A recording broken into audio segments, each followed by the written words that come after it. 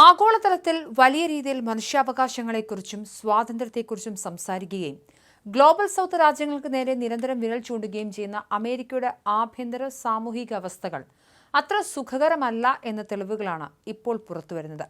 ലോകത്തെ ഏറ്റവും വലിയ ലിബറൽ ശക്തിയായി സ്വയം പ്രഖ്യാപിക്കുന്ന അമേരിക്ക തങ്ങളുടെ സ്വന്തം രാജ്യത്തെ ജനതയെ കാലങ്ങളായി വേട്ടയാടുന്ന ഒരു വലിയ സാമൂഹിക തിന്മയെ പൂർണ്ണമായും അവഗണിക്കുകയാണെന്ന വിമർശനം ഉയരുന്നുണ്ട്.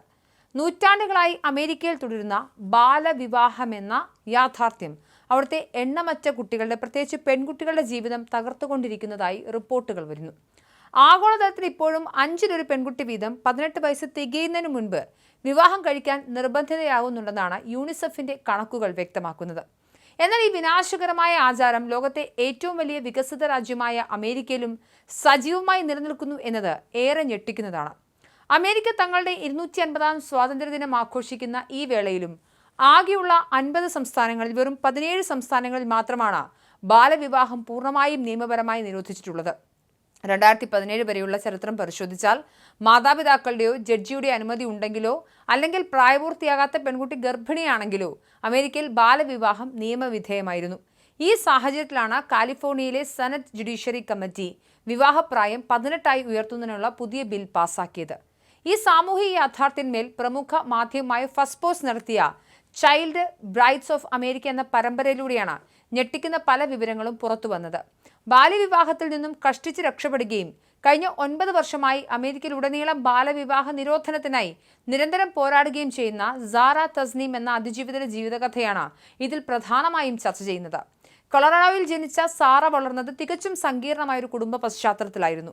വിവാഹമോചനം നേടിയ മാതാപിതാക്കളുടെ വ്യത്യസ്തമായ മതവീക്ഷണങ്ങൾക്കിടയിലാണ് സാറയുടെ കുട്ടിക്കാലം കടന്നുപോയത്.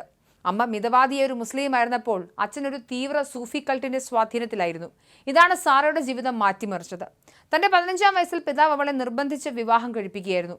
പെൺകുട്ടികൾ പുരുഷന്മാരെ, പ്രത്യേകിച്ച് സ്വന്തം പിതാവിനെ പൂർണ്ണമായും അനുസരിക്കണമെന്ന കർശനമായ ലിംഗവിവേചനം നിലനിർന്ന ഒരു ഗ്രൂപ്പായിരുന്നു അതെന്ന് സാറ ഓർക്കുന്നു. സ്കൂൾ വിദ്യാഭ്യാസത്തെക്കാളും സ്വന്തം കരിയറിനേക്കാളും ഉപരിയായി പാചകവും വീട്ടുജോലികളും മാത്രമാണ് പെൺകുട്ടികളെ അവിടെ പഠിപ്പിച്ചിരുന്നത്. തനിക്ക് ചെറുപ്പത്തിൽ കായിക വിനോദങ്ങളിൽ ഏർപ്പെടാൻ ആഗ്രഹമുണ്ടായിരുന്നിട്ടും ശരീരം പൂർണ്ണമായി മറയ്ക്കുന്ന വസ്ത്രങ്ങൾ ധരിക്കണമെന്ന നിയമം കാരണം അതിന് സാധിച്ചില്ലെന്നും പലപ്പോഴായി പെൺകുട്ടിയെ ജനിച്ചതിൽ താൻ ഖേദിച്ചിരുന്നെന്നും സാറ വെളിപ്പെടുത്തുന്നുണ്ട്. എന്നാൽ സാറയ്ക്ക് 12 വയസ്സുള്ളപ്പോൾ തന്നെ പിതാവ് അവളെ ആദ്യമായി വിവാഹം കഴിപ്പിക്കാൻ ശ്രമിച്ചിരുന്നു എന്ന ഞെട്ടിക്കുന്ന വിവരവും അവർ പങ്കുവയ്ക്കുന്നു. കുടുംബത്തിലെ പ്രശ്നക്കാരിയായ ഒരു കുട്ടിയായാണ് പിതാവ് അവളെ ചിത്രീകരിച്ചത്. അങ്ങനെ ചിത്രീകരിച്ച പിതാവ് അവളെ ഇംഗ്ലണ്ടിലേക്ക് കൊണ്ടുപോയതും അവിടെയുള്ള പ്രായം ചെന്ന, ഇംഗ്ലീഷ് പോലും കൃത്യമായി സംസാരിക്കാൻ അറിയാത്ത ഒരു വിദേശിക്ക് വിവാഹം കഴിപ്പിച്ച് നൽകാൻ ശ്രമിച്ചതും അന്ന് കടുത്ത ഭയം കാരണം സാറ അതിൽ നിന്ന് ഒഴിഞ്ഞു മാറുകയായിരുന്നു. തുടർന്നൊരു ശിക്ഷയെന്ന വണ്ണം പിതാവ് അവളെ ജന്മറിലുള്ള അമ്മയുടെ അടുത്തേക്ക് അയച്ചെങ്കിലും സ്വാതന്ത്ര്യമുള്ള ആ അന്തരീക്ഷം തനിക്ക് ഏറെ സന്തോഷമാണ് നൽകിയതെന്ന് സാറ പറയുന്നു. തന്റെ പിതാവിന്റെ ഒന്നിലധികം വിവാഹങ്ങളിലായി തനിക്കുണ്ടായിരുന്ന 4 സഹോദരിമാരിൽ 3 പേരുടെയും വിധി ഇതുതന്നെയായിരുന്നു എന്നും സാറ വെളിപ്പെടുത്തുന്നുണ്ട്. അമേരിക്ക പോലൊരു രാജ്യത്ത് ബാലവിവാഹത്തിനെതിരെ ഒരു ഫെഡറൽ നിരോധനം കൊണ്ടുവരുന്നതിലെ പ്രായോഗിക ബുദ്ധിമുട്ടുകളെക്കുറിച്ചും കൾട്ടുകളുടെ സ്വാധീനത്തെക്കുറിച്ചും വലിയ ചർച്ചയാണ് സാറയുടെ തുറന്നുപറച്ചിലുകൾ വഴി തുറന്നു വെച്ചിരിക്കുന്നത്.